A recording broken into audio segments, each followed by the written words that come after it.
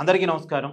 జగన్మోహన్ రెడ్డి గారికి అడ్వైస్ చేసే వాళ్ళలో ప్రాబ్లమ్ ఉందో, లేదంటే అసలు జగన్మోహన్ రెడ్డి గారి మైండ్ సెట్‌లోనే ప్రాబ్లమ్ ఉందో తెలియట్లేదు గానీ, ఆయన చేసే పనులు, ఆయన వ్యవహార శైలి మిడిల్ క్లాస్‌కి ఆయన్ను, ఆయన పార్టీని దూరం చేస్తుంది.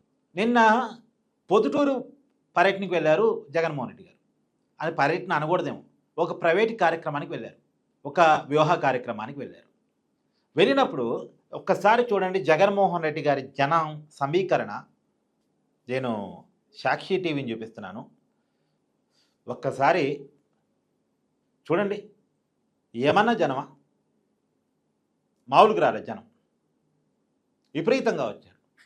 అయితే నేను అడిగేది ఏంటంటే జగన్మోహన్ రెడ్డి గారికి జనం వస్తారు. జగన్మోహన్ రెడ్డి గారికి జనంలో అభిమానం ఉంది.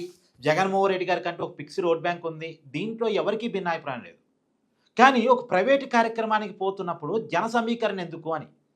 ఆయన వెళుతుంది ఒక వివాహ కార్యక్రమానికి. ఓపెన్ టాప్ జీబులో ఒక ఊరేగింపులాగా, ఒక రోడ్ షో లాగా జనానికి అభివాదం చేస్తూ, జనాన్ని సమీకరించి ఎందుకలా? నిన్న ముంబైలో సచిన్ టెండూల్కర్ వాళ్ళ ఫ్యామిలీలో వివాహ కార్యక్రమం జరిగింది. దానికి చాలామంది సెలబ్రిటీలు వచ్చారు. సినిమా యాక్టర్స్ వచ్చారు, పొలిటీషియన్స్ వచ్చారు. వాళ్ళలో చాలామంది మాస్ లీడర్స్ ఉన్నారు. చాలామంది సినిమా సెలబ్రిటీలు ఉన్నారు. వాళ్ళు కూడా అలాగ ఓపెన్ టాప్ జీప్లో వచ్చి మేము వస్తున్నామన్న సమాచారాన్ని వాళ్ళ అభిమానులకు ఇస్తే ఎంతమంది గ్యాదర్ అవుతారండి? ముంబైలో రోడ్ షో చేయొచ్చు వాళ్ళు కూడా. కానీ వాళ్ళు ఎక్కడ కూడా అది చూపించుకోవాలని అనుకోలేదే. ఒక ప్రైవేటు కార్యక్రమం అంటే గోప్యంగా వచ్చి వాళ్ళని కలిసేసి వెళ్ళిపోతారు. కానీ ఇలా ఎవరు చేయరు. ఇప్పుడు పవన్ కళ్యాణ్ గారు రోడ్డు మీదకి వచ్చినా జనం వస్తారు. లోకేష్ గారు రోడ్డు మీదకి వచ్చినా జనం వస్తారు.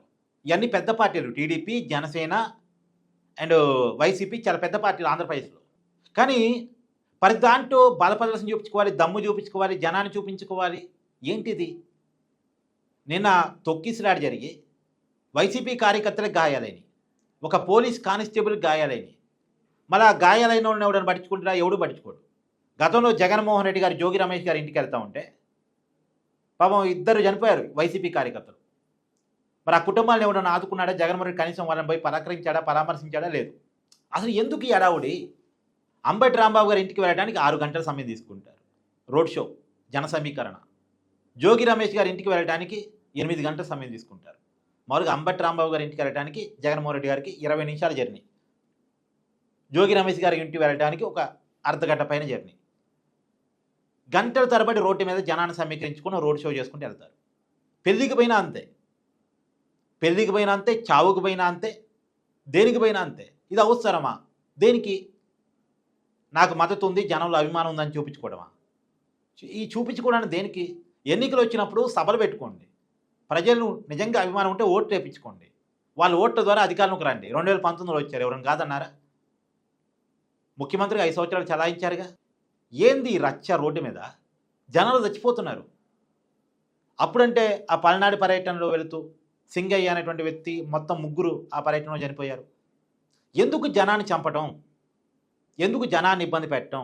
ప్రైవేటు కార్యక్రమాలాగా ఉన్నయాలి కదా. ఇప్పుడు రష్మిక విజయ్ దేవరకొండ వివాహం జరిగిందండి.